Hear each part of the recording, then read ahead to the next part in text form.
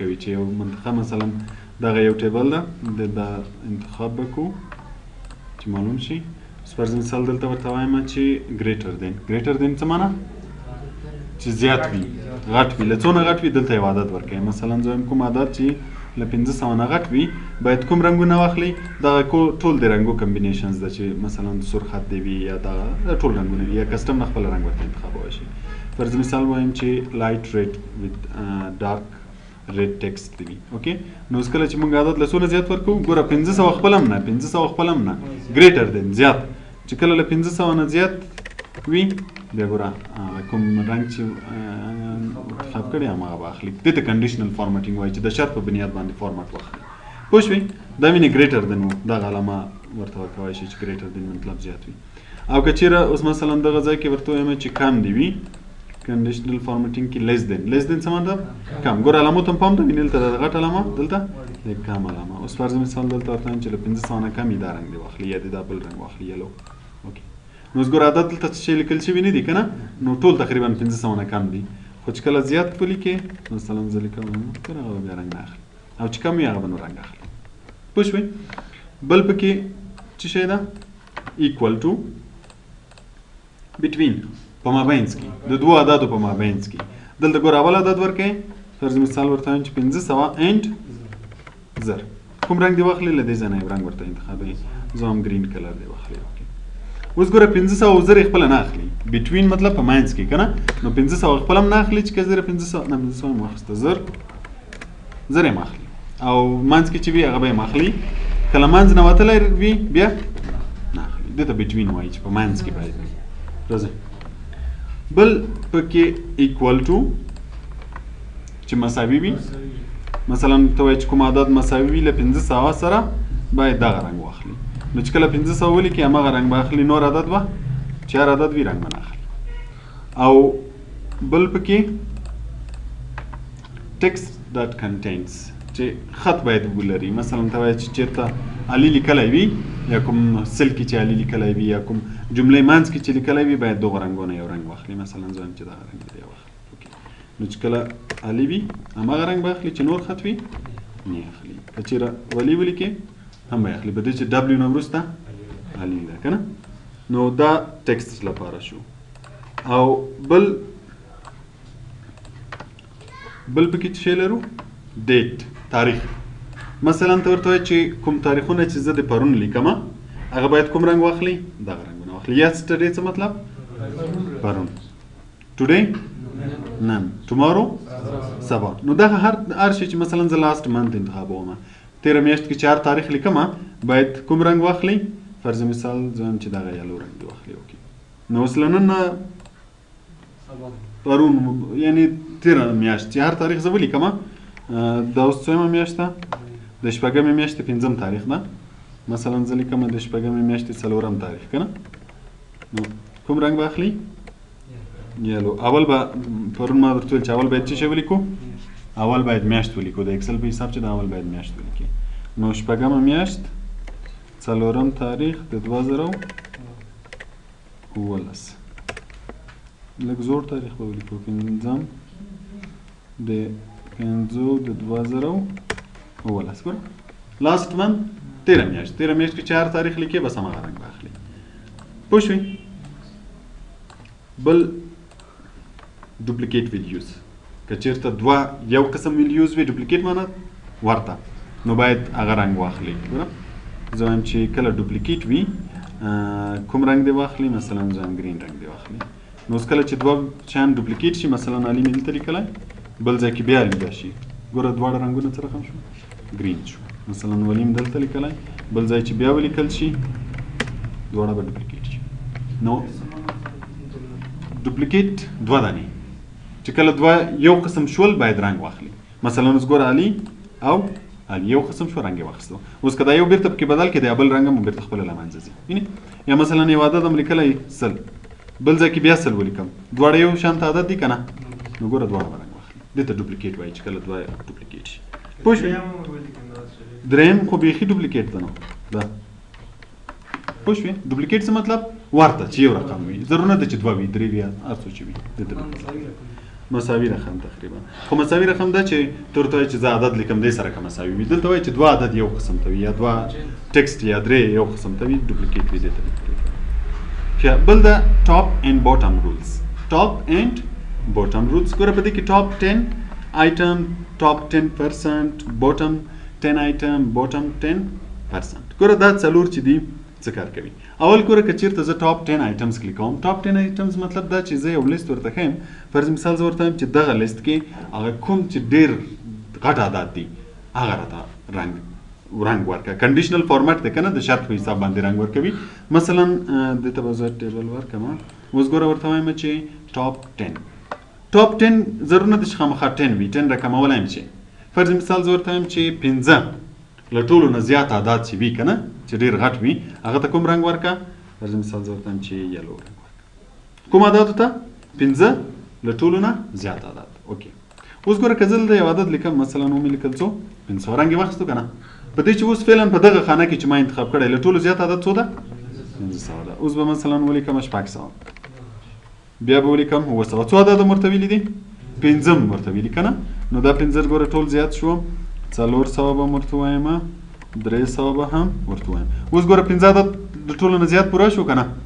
اوس که زه بل عدد ولیکم مثلا 200 ګوره دا بیا رنګ نه اخلي که چېرته زه یو بل غټ عدد ولیکم څو ولیکم 1000 نو بیا به ګوره دغه 300 رنګ له لاسه ورکړي په دې چې اوس 15 غټ څوک شوه دغه 15 غټ شوه نو ټاپ 10 مطلب دا چې ټولو نه غټ وي که نه هر څومره چې وي مثلا ما لاس نه 15 ورته وویلې نو بیا به هماغه چې عدد اوس که زه دلته 2000 ولیکم بیا به دا ورې کوم یو رنګ له لاسه ورکړي 400 به رنګ له لاسه ورکړي دی به رنګ واخلي نو همیشه له ټولو نه زیات عدد چې وي هغه بیا رنګ اخلي پوه شوئ بله د پرسنټ په حساب ده چې پر فیصدي پکې زیاته وي له ټولو نه چې فیصدي پکې زیاته وي دا بوټم کم عدد مثلا ته ورته وایې لږ به کم ورکړو 3 عدد ورکړو زه هم درې چې له ټولو نه کم عدد وي هغه باید کوم رنګ واخلي فرض مثال زه وایم چې ګرین رنګ دې واخلي اوکې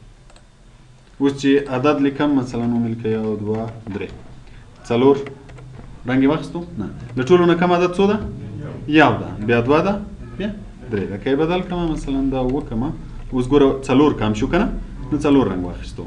یا دا به هم څو کمه 6 اوس ګوره یو کم عدد به بل ولیکم څو به ولیکم 3 اوس ګوره له ټولو نه کم دا او دا نو له ټولو نه کم عدد دې کې زیات دې کې کم بل د فیصدي په حساب او دا نور دوه چې دي د ایوریج په حساب چې ایوریج وي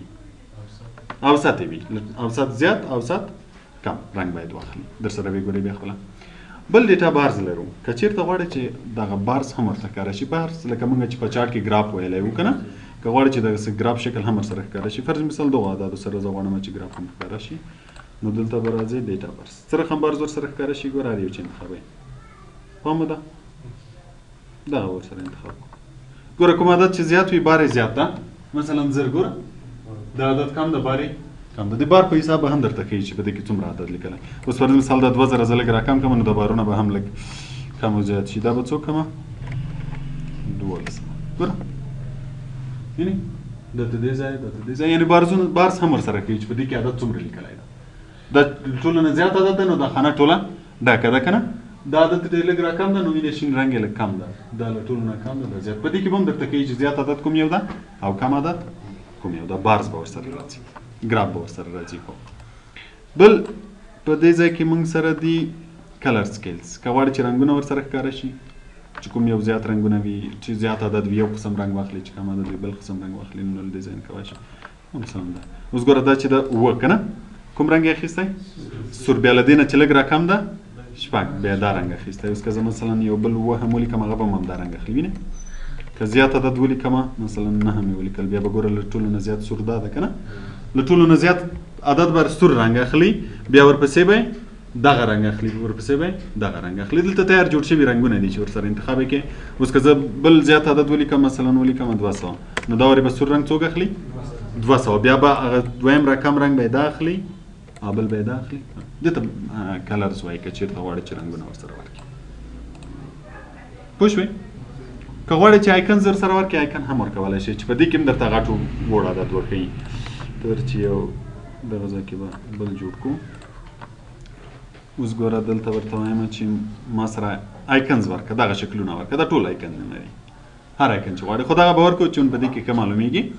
ګوره په دې کې څو آیکنونه موږ لرو درې یو یې چې دا ګرین ده یعنی زیات کوم عدد چې زیات لیکلی وي له هغه سره به کوم آیکن راځي ګرین آیکن به راځي کوم عدد چې کم وي هغه سره به کوم یو راځي سور او متوسط سره به زیات راځي اوس مثلا دغه منطقه کې ما انتخاب کړی اوس که زه یو زیات عدد ولیکم فعلا 500 بل ټول نه زیات وي که نه وکتور ورسره څه راغی جګ راغی چې یعنې دغه په ټولو کې زیات ده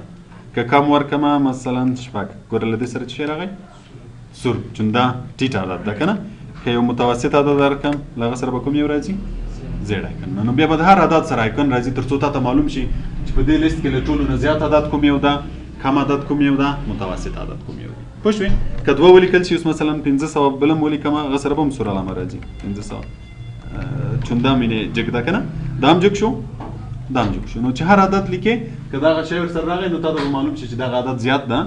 دغه عدد په دې لیست کې کم ده او دغه عدد چې ده متوسط عدد دی پوه شوې دې ته آیکنز وایي دا شو آیکنز بل د نیو رول کلیر رول او مینیج رولز ګوره دغه ټول رولز وه که نه هایلایټ سیل رولز ټاپ باټم رولز ډیټا بار دا ټول رولز دي دغه رولز موږ له دې ځای نه هم ورکولی شو له دې ځای نه یې پاکوی شو له دې ځای نه ورکوی شو فرض مثال ته یو ټیبل انتخابوي دا منطقه ما انتخاب کړی زه له دې ځای نه نیو رول اخلم نوی رول اخلم ګوره دلته دا ټول رولز دي مخکې چې موږ وویلی دا فارمټ سیل ډاټ کنټین وینې اوس مثلا زه ورته وایم چې بټوین نه ایکوال ټو ګریټر دی چې زیات وي له څو نه زیات وي مثلا زه وایم چې کوم عدد له 500 نه زیات وي کوم رنګ دې واخلي له دې ځای نه رنګ ورته کوي هلته تیار جوړ شوي و دلته یې خپله ورته وایي چې مثلا دغه رنګ دې واخلي فونټ دې سره کم شي زه وایم بولډ دې شي بارډر دې سره کم شي دا شیان ټول ورکولی شي اوکې که له څو نه زیات ورته ویلی 500 نه چې ګوره زه عدد لیکم یې نه هماغه شی به اخلي پوه شوې دلته یعنې په خپله کولی شو چې یو شرط ورته ورکړو دلته چې و تیار جوړ شوي و او دلته خپله یو رول انتخاب کړو چې باید سره هم رول وي کلیر رول به څه وکړي بیرته به یې پاک کړي او مینیج رول به بیرته هم دغه رولز درته راولي که د بیرته تغیرات پکې راوستل اوس مثلا منطقه یې دومره ده کولی شي چې زیاته یې کړي له دې ځای نه زیات ځای انتخاب کړي کم ځای انتخاب کړي پوه شوې یا ورته شرط چینج کړي یا ورته رنګ چینج کړي نو هر شی کولی شي یا که کولی شي چې دا رول بیخي ډیلیټ کړي له دې ځای نه نو دې ته مینیج رول وایي پوه شوې په کنډیشنل فارمیټینګ باندې کنډیشنل فارمیټینګ څه مطلب شرطیه فارمیټ چې د شرط په اساس باندې ورته رنګ ورکړي بار ورکړي آیکن ورکړي یا ډیزاین ورته ورکړي بل راځو فارمیټ ټیبل دا خو له سټایل نه معلوم ده اوس مثلا که غواړم چې یو ټیبل ما جوړ کړی وي او سټایل ورکړم په ورډ کې مو ویلی وو که نه مثلا ورډ ده اکسل ده علي ده والي ده زه به یې وړکی ټیبل جوړ کړم زه غواړم چې دا یو ښه ډیزاین ولري یو ټیبل غوندې شي نو کلیک یې کړه او له دې ځای نه ورته ورکړه هر یو چې انتخاب یې فرض مثال زه هم دا یو واخلي که د منطقه نه یې انتخاب کړی له دې ځای نه بیا انتخابوی شي او که انتخاب وي نو ادرس یې خپله دلته لیکل کېږي اوکې که ګوره ډیزاین به واخلي د ټیبل ډیزاین به واخلي پوه شوې په دې باندې کولی شي چې ورته ووایي چې صرف علي راته وښیه اوکې کې نو صرف علي درته وښیي بیرته دا ځای کلیک نه ټول راته وښیه بیرته به ټول درته وښیي ټیبل غوندې به راځي او دا سیل سټایل د سیل یوې خانې ته څه ویل کېږي سیل نو که صرف یوې خانې ته سټایل ورکوي مثلا یا یوې خانه نه چې هر څومره خانې دې انتخاب کړي وي له دې ځای نه کولی شي سټایل ورکړي پر مثال دا سټایل ورکوم ګوره هماغه سټایل به واخلي یا بل سټایل ورکوي هماغه سټایل دې ته سیل سټایل وایي بل د انسرټ ډیلیټ فارمټ انسرټ ډیلیټ فارمټ مو په ورډ کې هم په ټیبل کې تقریبا ویلې وه زه مثلا غواړم چې دغه ځای کې یو خانه ور واچوم دلته لیکلی دلته دا نیم چې لیکلی زه غواړم دغه ځای کې یو خانه ور واچوم کلیک مې وکړئ نو ورته وایم چې انسرټ سیلز څه شی ور واچوه خانه ور واچوه نو چې کله کلیک یې ګوره کرسر مونږ دلته ایښی نو وایي چې دلته ته خانه ور اچوئ دغه خانه کوم طرف ته لاړه شي که چېرته شفټ سیل رایټ کلیک کړو نو دا خانه کومې خوا ته ځي رایټ دا ټولې خانې رایټ یوه خانه رایټ ته ځي وینې دلته یوه خانه ور اضافه کوي او که چېرته ورته ووایو چې انډو به یې کړم بېرته او که چېرته په دې کې ورته وایي چې شفټ سیل ډاون بیا به څه وکړي دغه ټولې خانې به یوه خانه لاندې شي دغه ځای کې به یوه نوې خانه ور واچوي انټایر رو یوه مکمل رو ور واچوه ګوره یوه مکمله رو ور واچوله او انټایر کالم یو بسته کالم به ور واچوي دلته هم مینه شته رو چې رو ور واچوي کالم ور واچوي هر چېرته چې د کرسر یې کله د یو ټیبل جوړ کړی په منځ کې یو کالم ور اضافه کوي یو رو ور اضافه کوي او انسرټ شیټ چې څه ور واچوي شیټ ور واچي بل کوم ځای نه موږ ور اضافه کوای شو دغه جمع نه هم کلیک کوای شي له دې ځای نه هم کلیک کوای شي تر څو یو شیټ راشي پوه شوې په دې ډیلیټ هم اوس مثلا د خانه کې د کرسر کوي نو ته ورته وایي چې ډیلیټ سیل ډیلیټ شي نو بیا ګورل تام دا شین راځي چې شیفت سیل لیفت کله دا خانه ډیلیټ شي دغه د ټول یو خانه د خاطر شي نو چې کله دا ډیلیټ شي هغه ټول به یو خانه د خاطر شي او که ورته وایي چې شیفت سیل اپ نو چې کله دا ډیلیټ شي دا ټول بل یو خانه بر راشي نو یو خانه بر راشي دا ټول رو ټول کالم او که ډیلیټ رو ورته وایي شیټ رو نو مکمل دا یو رو به ډیلیټ کی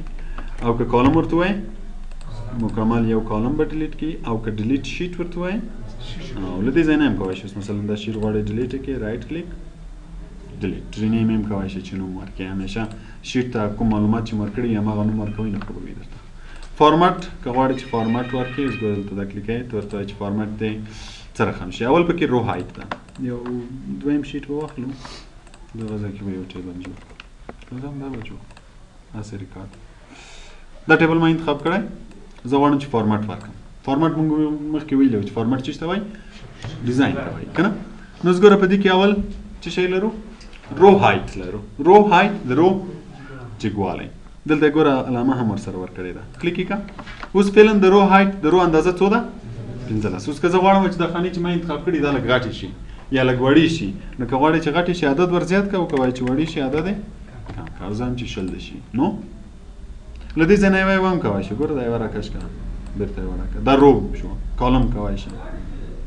او له دې ځای نه که غواړې چې ټول په یوه اندازه شي نو بیا له دې ځای نه اندازه ورکړه اوس مثلا وایم چې 15 ته شي نو دا ټول به په یوه اندازه شي بل په دې کې اټو فټ رو ده که چېرته کومه رو پکې غټه وړه وي او غواړې چې اټومیټیک سره فټ شي یوه اندازه شي نو بیا اټو فټ رو ټوله اندازه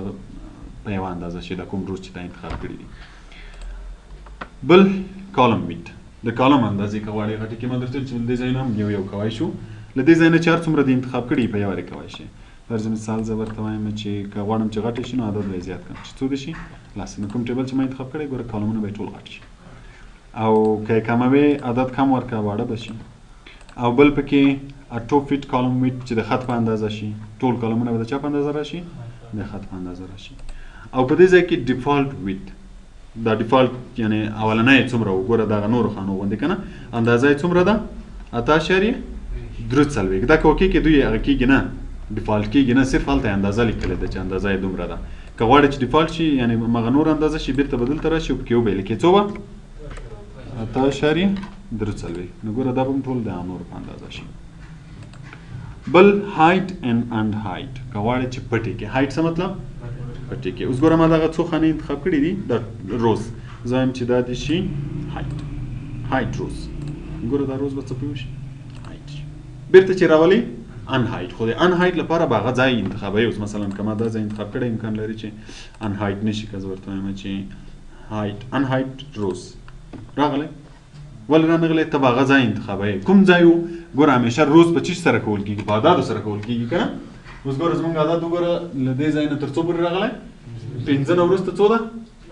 14 څه مطلب چې په دغه ځای کې هغه روز هایټ شوي دي که نه نو بیا به راشي دغه دوه خانې به یا به له دې ځای نه یا له دې ځای نه به داسې انتخاب کړي او بیا به ورته په دې ځای کې ان هایټ روز ورته وایي تر څو هغه ځای درته ان هایټ کړي پوه شوئ بل اوس ګوره ما دا ټیبل انتخاب کړی ورته وایي چې هایټ کالمز هایټ کالم نو دا کالمونه به هایټ کړي دا وارې چې انتخابوي څه شی به انتخابوي ګوره کالمونه د ای بي سي په حساب دي که نه نو ګوره ای کالم ده بی کالم ده د بی نه وروسته ان ده نو دغه دوه خانې به انتخابوي او دلته به ورته وایي چې ان هایټ کالم تر څو یې درته ان هایټ کړي او بل پکې هایټ شیټ که غواړې چې د مکمل شیټ هایټ کې نو بیا به هایټ شیټ دغه شیټ به مکمل هایټ کړي که د کله بیرته راوسته نو بیا ان هایټ شیټ دلته به یې لیست راشي چې هر څومره شیټونه دې هایټ کړي د ټول نومونه به راشي چې هر یو اوکې کې هغه به ان هایټ شي پوه شوې په دې رینیم شیټ څه کار به وکړي نوم به یې ورته بدل کړي دلته به یې نوم ولیکئ مثلا زه ورته وایم چې دا سیلري ده کاروندار رایټ کلیک باندې هم کولی شي ګوره رایټ کلیک ډیلیټولی هم شي انسرټ کولی هم شي رینیم کولی هم شي هایټ کولی هم شي ان هایټ کولی هم شي چې راسره ورباندې کلیک وکړئ موو اور کاپي شیټ موو او کاپي شیټ څه کار کوي ګوره دې کې دوه شیان دي موو او کاپي لکه څنګه چې موږ دلته کټ کاپي ویلي وو کنه کټ څه کار کوو چې یو شی له یو ځای نه واخلي بل ځای ته یوسي او کاپي څه کار کوي چې دلته هم پاتې شي هلته هم پاتې شي. اوس مثلا دغه د جنوري د میاشتې د سیلري شیټ ده د کارمندانو د دویمې میاشتې هم همدغه کارمندان دي همدغه کېدای شي ماشو کې لږ تفاوت راشي نور همدا شیان دي که نه نو ځکه بل دا ټول کاپي کوم بل شیټ کې پیسټوم نو هغه نه ښه ده چې دا مکمل شیټ کاپي کوم نو د دې لپاره به راشي دلته به ورته وایي چې موو اور کاپي شیټ کلیک یې کړه. اوس ګوره که غواړې چې کاپي یې جوړه شي نو دا به کلیکوئ او که دا کلیک نه کوې بیا کټ کېږي نو زه ورته وایم چې کاپي دې جوړه شي په کوم فایل کې بک ون فایل کې کوم ځای کې دې راشي بیفور شیټ بیفور معنا مخکې اوس که ما دا سیلري خپله دی انتخاب کړی نو نوی شیټ چې راځي له ده نه به مخکې به وي او که مثلا زه ورته وایم چې موو ټو اینډ بیا به چېرته راشي په اخره کې به راشي نو زه ورته وایم موو ټو اینډ په اخره کې دې راشي ګوره سیلري ټو په نوم شو اوس وینې دا شیټ او دا شیټ یو شی دی دا مکمل شیټ یې درته کاپي کو نو اوس که دا د بلې میاشتې سیلري وي مثلا دا د فبروري وي نو زه به فبروري ورکړم او کوم عدد چې پکې تغیرات راځي هغه عدد به تغیر راولم نور به د ټول کاپي کولو ضرورت به نه وي مکمل شیټ به له دې ځای نه درته کاپي شي دې ته موو وایي او له یوه فایل نه بل فایل ته هم موو کولی شي مثلا که زه بل فایل هم ولرم نیو دا فایل د څه په نوم ده بک ټو په نوم ده زه د دې بک ون نه دا یو شیټ وغواړم چې هلته انتقال کړم نو بیا هم کولی شي چې موو کاپي ورته وایي دلته بیا ګوره که چېرته کریټ کاپي کلیک کړې دلته هم پاتې کېږي هلته هم راځي او که دا کلیک نه کړې بیا څه کېږي له دې ځای نه اخیستل کېږي هلته وړل کېږي له دې ځای نه به بیخي واخلو نو کوم شیټ ده دغه شیټ چېرته دې لاړ شي بک ټو ته له دې ځای نه به ورته وایي په بک ټو کې دې چېرته راشي مثلا زه موو ټو د اینډ په اخر کې دې راشي اوکې که اوس ګوره دا د بک ټو کې شیټ راغی او د دې شیټ نه وروسته راغی دې ته موو ور کاپي وایي پوه شوې په دې باندې له دې ځای نه بیخي مې نه ایسته کوم موو مو ورته ویلی و که نه بل د ټاپ کلر که غواړې چې دغه ځای رنګ واخلي د دې ځای نه یو رنګ ورته انتخاب کړه چې هر رنګ ورکړي اوس ګوره همغه رنګ یې واخیستو هر رنګ چې له دې ځای نه انتخاب کړي دې ته ټاپ کلر ویني پوه شوې بل پروټیکټ شیټ لاګ او دا به سبا ووایو تر دې ځای پوه شوې بس همدومره